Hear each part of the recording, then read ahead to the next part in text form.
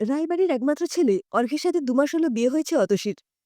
মাত্র ৭-৮ বছর বয়সেই মাহারা অতসীকে বাবা প্রশান্তবাবুই একাধারে মা আর বাবা ২ দায়িত্বই সমান দক্ষতায় পালন করে যথাযথ ও উচিত শিক্ষায় মানুষ করেছেন। তাই আপাত ভদ্র নম্র ও রুচিশীল অতসী কিছুটা প্রতিবাদী, অন্যের সাথে আপোষ ও স্বভাব বিরুদ্ধ। শ্বশুরবাড়িতে এসে এই কদিনেই অতসী বেশ ভালোই বুঝতে পেরেছে রায়বাড়িতে তার শ্বশুর অধর রায় মহাশয় এই বাড়ির সদস্যদের ক্রমিক পর্যায়ে একেবারেই উচ্চাসনে আসীন। বাড়ির সদস্যদের ভয়ে শ্রদ্ধায় তার অবস্থান খানিকটা ওই ভগবানেরই সমতুল্য। তার অকারণ চড়া ও রুক্ষ মেজাজে নিরীহ ও শান্ত প্রকৃতির শাশুড়িমা সুলেখা দেবী সর্বক্ষণই তটস্থ। সুলেখা দেবীর কথায় হাবে ভাবে অতসীকে এই ব্যাপারটাই বারবার বোঝানোর চেষ্টা করেন যে এই বাড়িতে সুলেখা দেবীকে সম্মান না করলেও তিনি কিচ্ছুটি মনে করবেন না। তিনি এই বাড়ির অতি তুচ্ছ বস্তু, তার এই সম্মানের কোনো প্রয়োজন নেই। কিন্তু শ্বশুরমশাইকে সম্মান করতে হবে দেবতা জ্ঞানে। এমনকি তার ভাগের প্রাপ্য সম্মানটুকুও শ্বশুরমশাইকে দিয়ে দিলেই তিনি খুশি হন। অর্ঘ্য বাবাকে খানিকটা এড়িয়েই চলে। বাবার কোনো কথার বিরুদ্ধে প্রতিবাদ করার সাহস সচরাচর দেখায় না। হয়তো সেই সাহসের যথেষ্ট অভাব আছে ওর মধ্যে। রাতে রান্নাঘরের কাজ সেরে অতসী ঘরে ঢুকে দেখে অর্ঘ্য বিছানায় শুয়ে মোবাইলে ইউটিউবে বেশ মন দিয়ে কিসের একটা ভিডিও দেখছে। কোনো কথা না বলে অতসী অ্যাটাচ বাথরুমে ঢুকে সারাদিনের জামাকাপড়টা বদলে ফ্রেশ হয়ে নিল। আয়নার সামনে বসে নাইট ক্রিম লাগাতে লাগাতে আর চোখে একবার দেখল অর্ঘ্যকে। মোবাইলটা অফ করে মহাশয় তখন উৎসুক দৃষ্টিতে চেয়ে রয়েছে অতসীর দিকে। এই দৃষ্টির মর্মার্থ উপলব্ধি করে অর্ঘ্যের দিকে একটা ছদ্মরাগে দৃষ্টি নিক্ষেপ করে অতসী বডি লোশনটা ড্রয়ার থেকে বার করতে যাবে, পাশে শ্বশুর শাশুড়ির ঘর থেকে হঠাৎই বেশ জোরে একটা আওয়াজ এলো। খানিকটা ওই চপেরাঘাতের মতো শব্দটা। চমকে উঠল অতসী। এই ধরনের শব্দ এর আগে কখনো শোনেনি এই বাড়িতে। জিজ্ঞাসু দৃষ্টিতে তাকালো অর্ঘ্যের দিকে। আওয়াজটা শোনা মাত্রই অর্ঘ্য একেবারে কুণ্ঠিত হয়ে পড়েছে। লজ্জায় অতসীর দিকে চাইতে পারছে না। আওয়াজটা কিসের অর্ঘ্য? অবাক হয়ে জিজ্ঞেস করল অতসী। অর্ঘ্য উত্তর দিতে যাবে সেই মুহূর্তেই আবারও একবার সেই শব্দ ভেসে এলো পাশের ঘর থেকে। অতসী এবার উত্তেজিত হয়ে জিজ্ঞেস করল, অর্ঘ্য, আওয়াজটা কিসের? অর্ঘ্য সসংকোচে বলল, বাবা মনে হয় মায়ের গায়ে হাত তুলছেন। কোনো কারণে হয়তো মায়ের ওপর রেগে গিয়ে চড় মারছেন। সে কি, কি সাংঘাতিক! আর এত বড় কথাটা তুমি এত হালকাভাবে বলছো কি করে অর্ঘ্য? তোমার তো বাধা দেওয়া উচিত। পরিস্থিতিটাকে স্বাভাবিক করার জন্য অর্ঘ্য বলল, আসলে বাবা মায়ের এই ঝামেলা আমি ছোট থেকেই দেখে অভ্যস্ত। বাবা রেগে গেলেই মাকে মারধর করেন। আমায় ছোট থেকেই শেখানো হয়েছে বড়দের ব্যক্তিগত ব্যাপারে আমি যেন কোনো কথা না বলি। মা বাবার হাতে ঠায় দাঁড়িয়ে মুখ বুজে মার খেতেন, তবুও আমায় কোনোদিন বাধা দিতে দেননি। এতে নাকি বাবাকে অসম্মান করা হয়। তাই আমি আর এর মধ্যে যাই না। তুমিও এই নিয়ে মাথা ঘামিও না। বাবা মা কেউই পছন্দ করবেন না। কাল সকালে দেখবে মা দিব্যি আবার স্বাভাবিক হয়ে গেছেন। বাহ, কি যুক্তি! খালি বাবা মা পছন্দ করেন না বলে তোমার সামনে মা এইভাবে মার খাবেন আর তুমি তাকিয়ে তা দেখবে? তারপর আবার বলছো মা এত মার খেয়েও কাল আবার স্বাভাবিক হয়ে যাবেন।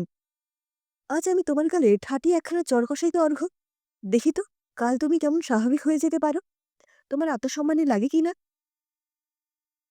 অর্ঘ্য এবার বেশ বিরক্ত হয়ে বলল, এইসব কি আজে বাজে কথা বলছো অতসী? বাবা মায়ের অশান্তিটা আমাদের মধ্যে টেনে আনছো কেন?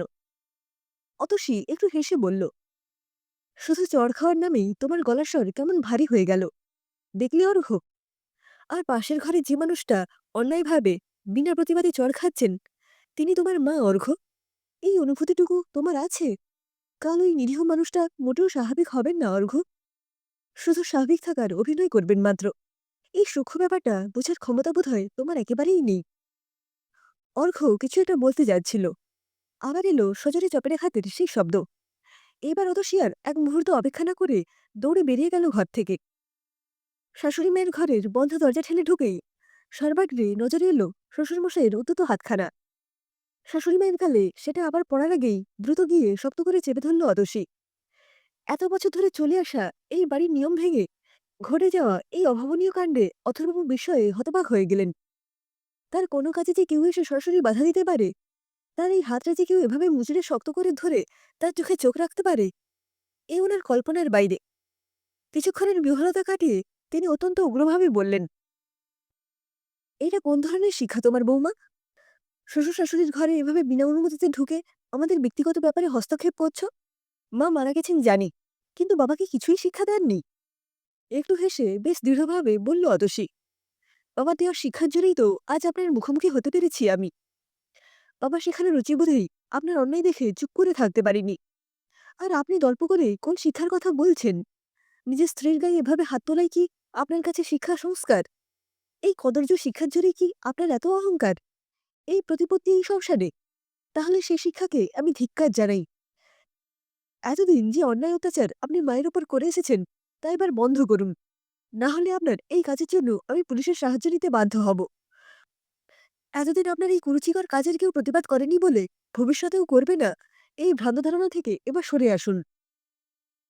অথয়বাবুর মুখ দিয়ে যেন কথা সচ্ছে না। এতদিন এই সংসারের সর্বেসর্বা হয়ে যা খুশি করে এসেছেন, পরিবর্তে উপভোগ করেছেন এই পরিবারের সদস্যদের ভয় মিশ্রিত শ্রদ্ধা ভক্তি। ভগবানের পরবর্তী আসনটাই দখল করে বসেছিলেন এতগুলো বছর, কিন্তু আজ প্রথম তার এই সিংহাসনে সজোরে পদাঘাত পড়ল। তাই রাগে ক্ষোভে একেবারে গুম মেরে গেলেন। অথর্বাবু রিটায়ারমেন্টের আর 1 বছর বাকি। তিনি ভাত খেয়ে অর্ঘের সাথেই অফিসে বেরিয়ে যান রোজ। আজও গেলেন। কাল রাতের ঘটনার পর আর একটা কথাও এখনো পর্যন্ত বলেননি কারোর সাথে। ঘরে যেন একটা গুমট পরিবেশ। শাশুড়ি সুলেখা দেবী যথানিয়মেই অথর্বাবুর সেবা যত্ন করেছেন, তবে শ্বশুরমশাই রাগটা যে এখনো পড়েনি মুখ চোখ দেখে তা বেশ বোঝা যাচ্ছে। অর্ঘ্য আর অধরবাবু কাজে বেরিয়ে যেতে দরজাটা বন্ধ করে শাশুড়ি মায়ের কাছে এলো অতসী। একটু ইতস্তত করে জিজ্ঞেস করল, মা, আমার জন্য কাল আপনাদের মধ্যে অশান্তিটা আরো বেড়ে গেল বলুন? বিশ্বাস করুন, আমার ভীষণ খারাপ লাগছে। কিন্তু আমি ওই পরিস্থিতিতে চুপ করে থাকতে পারিনি। এই অন্যায় আমি কিছুতেই মেনে নিতে পারবো না। সুলেখা দেবী ম্লান হেসে বললেন, তোমার খারাপ লাগার কোনোই কারণ নেই মা। তোমার শ্বশুরমশাইয়ের সাথে আমার সম্পর্কটা কোনদিন মধুর ছিল। তিনি তার ঠুনকো মেজাজ আর দাপটে আমায় তো চিরদাসী বানিয়ে রেখেছেন। ওনার স্ত্রীর মর্যাদা তো আজও পাইনি। আসলে খুঁটির জোর না থাকলে যা হয়, বাপের বাড়ির অবস্থা ভালো নয়, লেখাপড়াও সেভাবে নেই। ছোট ছেলেকে নিয়ে আমি কোথায় যেতাম, কি করেই বা মানুষ করতাম অর্ঘ্যকে? তাই ছেলের ভবিষ্যতের কথা চিন্তা করেই এইভাবে নিজের অস্তিত্বটা কোনোমতে টিকিয়ে রেখেছি। মা, আজ তো আপনার ছেলে স্বাবলম্বী, আপনার পাশে দাঁড়াবার তার সামর্থ্য হয়েছে। এইবার না হয় এই অন্যায়ের প্রতিবাদ করুন। এতদিন তো মুখ বুজে সহ্য করলেন, মানুষটাকে সম্মান করলেন, যত্ন করলেন, কিন্তু মানুষটার কোনো পরিবর্তন হলো কি? নিজের স্বামীর কাছে স্ত্রীর মর্যাদা পেলেন কি? তবে আর কেন? সাহস করে প্রতিবাদ করেই দেখুন না, পরিবর্তন আসে কিনা। ভয় একটুও করবেন না মা, জানবেন আমি সবসময় আপনার পাশে থাকব। আমি জানি মা, তুমি আমার পাশে থাকবে। কাল দেখেই আমি বুঝেছিলাম, এতদিন আমার ছেলে যে সাহস দেখাতে পারেনি তা তুমি দেখিয়েছিলে। বিশ্বাস করো, কাল যে কি ভালো লেগেছিল আমার, তোমায় বোঝাতে পারবো না। আমার হয়েও যে কেউ রুখে দাঁড়াতে পারে সেইটা কাল অনুভব করেছিলাম প্রথম। তোমায় কথা দিচ্ছি মা, সঠিক সময় আসলে ঠিক প্রতিবাদ করব আমি। কেটে গেল আরও বেশ কয়েকটা মাস। অথর্বাবু সেইভাবে বাড়াবাড়ি কিছু আর করেননি। অতসীর সেই রাতে এমন রুদ্রাণীর মূর্তি দেখে তিনি হয়তো বুঝতে পেরেছেন তার জুলুম করার পথটা আর মসৃণ হবে না, বাধা আসবে প্রতিপদে। তাই কিছুটা সংযম বজায় রেখে চলেছেন এতদিন। আজ অতসীর ভীষণ আনন্দের দিন। অনেক চেষ্টায় অনেক প্রতীক্ষায় হাতে এসেছে এটি স্বনামধন্য স্কুলের শিক্ষিকার চাকরির অ্যাপয়েন্টমেন্ট লেটার। দৌড়ে গিয়ে আনন্দে একবার জড়িয়ে ধরল সুলেখা দেবীকে। তাকে সব জানিয়ে ছুটে গেল অর্ঘ্যর কাছে। তবে খবরটা শোনা মাত্রই মনে মনে ভয় একেবারে কুঁকড়ে গেছেন সুলেখা দেবী। এই খবর শুনে অতুলবাবু যে কি প্রতিক্রিয়া হবে তা তিনি ভালোই জানেন। ঘটলও তাই।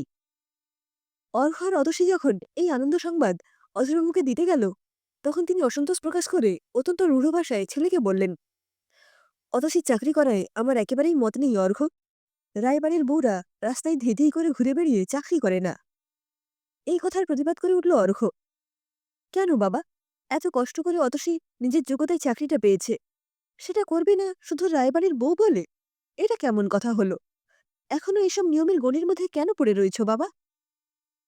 অধরবাবু বেশ বিরক্ত হয়ে নিজের সপক্ষে যুক্তি খাড়া করলেন। অতসী চাকরি করতো না বলেই ওকে আমি এই বাড়ির বউ করেছিলাম। ও চাকরি করবে একথা জানলে আমি কিছুতেই ওকে এই বাড়ির বউ হিসেবে পছন্দ করতাম না। তবে এই বাড়িতে বউ হয়ে যখন এসেই পড়েছে, এই বাড়ির নিয়ম মেনেই ওকে চলতে হবে। ঘরের বউকে কিছুতেই চাকরি করার অনুমতি দেব না আমি। অর্ঘ্য যার পর নেই বিস্মিত হয়ে বলল, এটা কোনো যুক্তি হলো বাবা? কাল চাকরি করতো না বলে আজ করতে পারবে না? অতসীর কি চাকরি করার বয়স পেরিয়ে গেছে নাকি? চেষ্টা করলে আরো কত চাকরিও পেতে পারে। তোমায় অনুরোধ করছি, তুমি অন্যায় আপত্তি করো না বাবা। অধরবাবু এবার সুলেখা দেবীর দিকে চেয়ে ব্যঙ্গ করে বললেন, শুনলে তোমার স্ত্রৈণ ছেলের কথা? বিয়ের 1 বছরও ঘুরল না, কেমন এখন থেকেই বইয়ের হয়ে নিজের বাবার সাথেই তর্ক করছে। ধীরে ধীরে বইয়ের শিক্ষায় শিক্ষিত হয়ে উঠছে তোমার ছেলে। অর্ঘ্য, তোমায় এখন পুরুষ মানুষ ভাবতেও আমার দ্বিধা বোধ হচ্ছে। আমার বিদ্রুপাত্মক কথাগুলো শুনে লজ্জায় মাটিতে মিশে যেতে ইচ্ছে করছে অর্ঘ্যর। এতক্ষণ বাবা আর ছেলের মাঝে একটাও কথা না বললেও এইবার মুখ খুলল অতসী।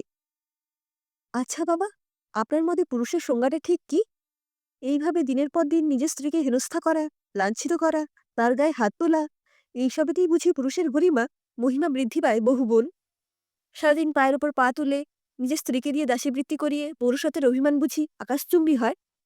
একজন নিঃসহায় নিরীহ মহিলাকে দিনের পর দিন ভয় দেখিয়ে অনর্থক সেবা আদায় করাকে যদি আপনি পুরুষের সংজ্ঞা ভেবে বসে থাকেন, তাহলে শুনে রাখুন, আদবেই আপনি পুরুষ নন, একজন কাপুরুষ আপনি। অতসীর কথাগুলো শুনে রাগে সরাসরি যেন কাঁপছে অধরবাবুর। তিনি পারিপার্শ্বিক জ্ঞান হারিয়ে সপাটে একখানা চরকসাতে উদ্ধত হলেন অতসীকে। কিন্তু এইবার বিফল হলেন। অতসীর গাল লক্ষ্য করে তার উদ্যত হাতখানা শক্ত করে চেপে ধরলেন সুলেখা দেবী। অধরবাবুর দিকে চোখে চোখ রেখে বললেন, আর নয়, অনেক অন্যায় অত্যাচার করেছ তুমি, এবার বন্ধ করো।